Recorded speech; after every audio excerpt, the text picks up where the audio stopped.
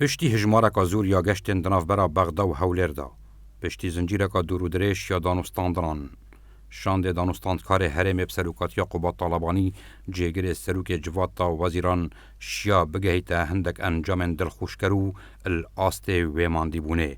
قوات طالبانی شیا حکومت و جواتا نوینران و لاین سیاسین عراقی بینیتا جربار لوژیکی و رازی بکتن مافو شایستین داراین هرمی و موچین فرمان بران بود جیگشتیا سال 2021 دا جهگیر بکنو بشکا هرمی جبود جی لگوری رکفتنه که بهتا چسپاندن لدماهیه بریار جلای جواتا وزیران عراق و هاتدان حیوان کوجم 200 میلیارد دیناران بو هرمی بهن روانه کرن. افرای کفتنه با آسایی و بساناهی نهاته کرن. جبرکو حکومت عراق افرعیای نبو. لبر نبو رکفتنه کاش وی جوری دیگر هرمی بکتن نخواستن پشتی فشارن لاین سیاسین شیعی و سنی لسر حکومت زیده بوینو باوری بدا تاو زانیارین جهرمت گهشنه نمایی.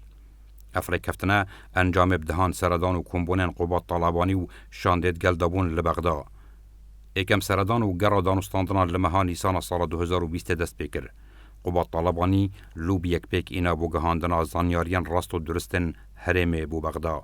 پیخمت وی چندجی زیده تر جده سردانان انجام دان که هندک جوان سردانان ماوی زیده تر جده روژان ود کشن.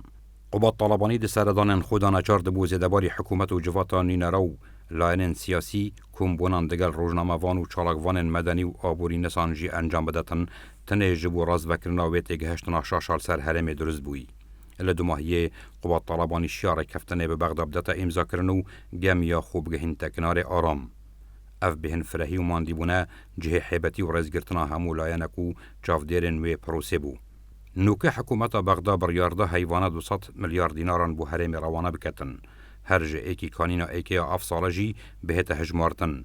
بوی چنده پار 6 حیوان یه هرم دیبیت ترالیونکو 200 میلیارد دینار. بله مرج و پنگا و پیدوی اوه حکومت هرم پیگیریه برای کفتنه بکتن دا جارکادی حیوانه اگر قیران موچه فرمانبران نه تپاش کفت کرنو رنج و زحمت قوات طالبانی و حوالین ویجی بهر و نچید.